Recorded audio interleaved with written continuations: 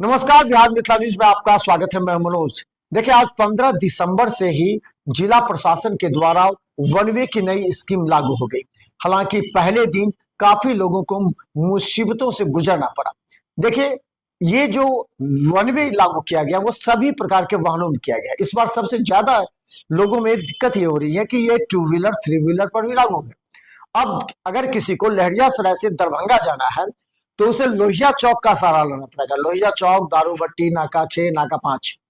और अगर किसी को दरभंगा से लहरियासराय आना पड़ेगा, टू व्हीलर की बात करें, तो नाका 6 से आगे नहीं बढ़ पाएंगे। उनको नाका 6 से कर्पूरी चौक जाना पड़ेगा और कर्पूरी चौक से बेता चौक होते हुए उन्हें टावर, लहरियासराय टावर और लोहिया चौक जाना पड़ेगा। अगर कोई लोहिया चौक से दरभंगा टावर होते हुए बेता जाना चाहता है तो वो नहीं जा सकता है। उसे दरभंगा टावर पर ही रोक दिया गया है। दरभंगा टावर से उसे फिर वापस लोहिया चौक आना पड़ेगा या फिर अन्य छोटे रास्ते का सहारा लेना पड़ेगा। तो आप समझिए, दरभंगा से अगर कोई लहरियासराय आना चाहता है तो उसके लिए एक रास्ता है, लहरियासराय, दोनार, अलगपट्टी, बेता और फिर टावर। किसी भी कीमत पर वो नाका 5, नाका 6, दारूभट्टी चौक नहीं आ सकता है।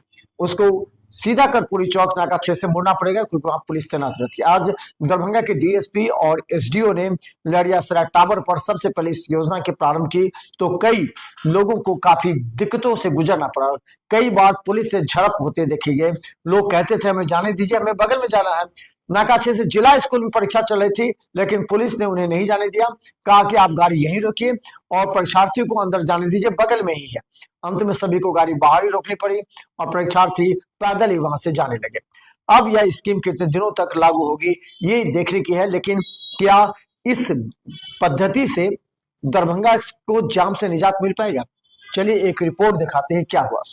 जैसे कि जो आदेश निकला था 15 तारीख से नया ट्रैफिक प्लान के अकॉर्डिंग कि आपका टावर, ये लहरियासराय टावर से लेके कर्पूरी चौक तक और लोहिया चौक जो कि फेमस है हजमा चौक की तरफ और से लेके नाका 6 तक अब कंप्लीट वन वे रहेगा। जाम की समस्या को देखते हुए, क्योंकि जाम हर दिन लग रहा है जिससे आम जनों को परेशानी हो रही है, डीएमसीएच में पेशेंट्स को जाने में परेशानी हो रही है। इन चीज़ों को देखते हुए इस रूट को कंप्लीट वन वे कर दिया गया है।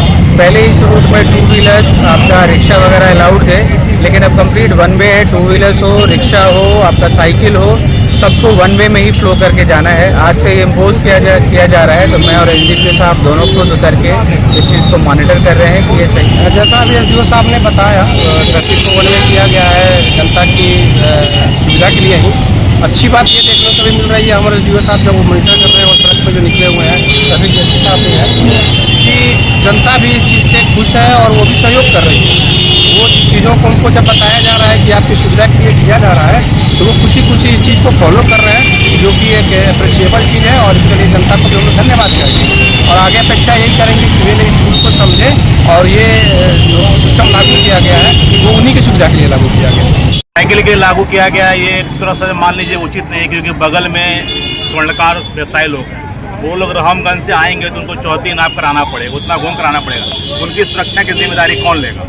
क्योंकि स्वर्णकार लोग जो हैं वो अपना जेवर यहाँ से लेके जाते हैं, घर से लेकर आते हैं। और ये क्या किसी आपका पता था, करना ही था बदलाव, तो वो लोग ऑटो रिक्शा करते कि ऑटो का एक रूट चार्ट बना देते कि ये ऑटो यहाँ से वहाँ जाएगी, ये ऑटो यहाँ से वहाँ तक ले चलेगी। और रोड पर जो अतिक्रमण का मामला चल रहा था वो तरह से होते रहना चाहिए। तो इससे क्या है कि जाम की समस्या, और जाम की समस्या के लिए सिर्फ जिला प्रशासन सिर्फ 2 ही रोड को क्यों टारगेट कर रही है? एक मान लीजिए जो लहरियासराय से आता है आपको लोहिया चौक और दूसरा आता है आपको टावर तक। एक मुख्य सड़क और भी है जो उर्दू नीम चौक होते हुए जाता है, जो दरभंगा टावर से लेकर इसको मुख्य सड़क को जोड़ता है। वहाँ अभी तक अतिक्रमण नहीं हुआ। वहाँ पर ना ही कोई नो एंट्री लागू होती है, ना ही किसी वाहन की वहाँ पे कोई आज तक जांच होती है। मतलब जो भी जिला प्रशासन का रूल रेगुलेशन है वो सिर्फ इन 2 प्रमुख रोडों के लिए। उस रोड को मतलब ये लोग, मुझे लगता है कि जिला प्रशासन इस बात को भूल चुकी है कि एक और प्रमुख सड़क है जो मुख्य सड़क को जोड़ती है, कि उससे भी यातायात की जो सुविधा है, तो यातायात की जाम की समस्या काफी हद तक कम होगी। लेकिन उस पर प्रशासन का ध्यान नहीं था। मैं जिला प्रशासन का ध्यान आकर्षित करना चाहता हूँ कि वो मुख्य सड़क है, उस सड़क को सुधार करे, जाम की समस्या अपने आप खत्म हो जाएगी। ये कोई बात नहीं, अब साइकिल चालक अब बेचारे को आना रहेगा यहाँ और वो इतना चौड़ीकरण घूमते हुआ आएगा, ये मेरे हिसाब से उचित नहीं है। साइकिल चालक बोले हैं कि उनको रोक दिया गया, क्या कहें? गलत किया गया है, क्योंकि मान लीजिए मोटरसाइकिल, अब किसी को इमरजेंसी में डॉक्टर के पास जाना है या अपनी दुकान खोलने जाना है, तो वो जो जेवर जेवरात लेके जाते हैं स्वर्ण व्यवसायी लोग, उनकी सुरक्षा कौन करेगी? प्रशासन उनको हर आदमी के साथ उनको वहाँ पे सुरक्षा पूर्वक दुकान पर छोड़ेगी और दुकान से लेकर जाएगी। नियम में फिर मैं कहूँगा जिला प्रशासन को एक बार पुनः विचार करे, जितने भी ऑटो रिक्शा ई रिक्शा है, लेकिन जिला प्रशासन पर से ऑर्डर, मैं क्या कहना चाहता हूँ कि मैं कह रहा हूँ कि वो एक बार पुनः विचार करे अपने किए गए फैसला पर, कि जितने भी ई रिक्शा है आप चेक कर लीजिए उनका कागज पत्र। बहुत सारे ई रिक्शा आपको ऐसे मिलेंगे जिनके कागजात नहीं है, जो अंडर 18, जो मतलब बालिग नहीं है, लेकिन वो भी ई रिक्शा चला रहे हैं, तो उस पर गहन जांच हो, उनकी जांच हो। और हमारा जो प्रमुख सड़क है जो लोहिया चौक, दारूभट्टी चौक से आपको उर्दू नीम चौक फरंगगंज होते हुए दरभंगा टावर को जोड़ता है, उस पर भी जिला प्रशासन अपना ध्यान रखता है। ये तो अव्यवहारिक लगता है। इंक्रोचमेंट जो है, इंक्रोचमेंट अगर दूर हो जाएगी तो निश्चित रूप से ये जो जाम लगता है वो नहीं लगेगा। और मोटरसाइकिल या कुछ ऐसी चीज़ को अगर इस ढंग से रोका जाएगा, सामान्य दिन में जो घटनाक्रम है वो घटनाक्रम में ज़्यादा लोग अव्यवस्थित और सहज महसूस करेंगे। इसलिए जिला प्रशासन से मैं जानना चाहूँगा, जो इंक्रोचमेंट का जो अभियान था उस अभियान को पूरा किया जाए।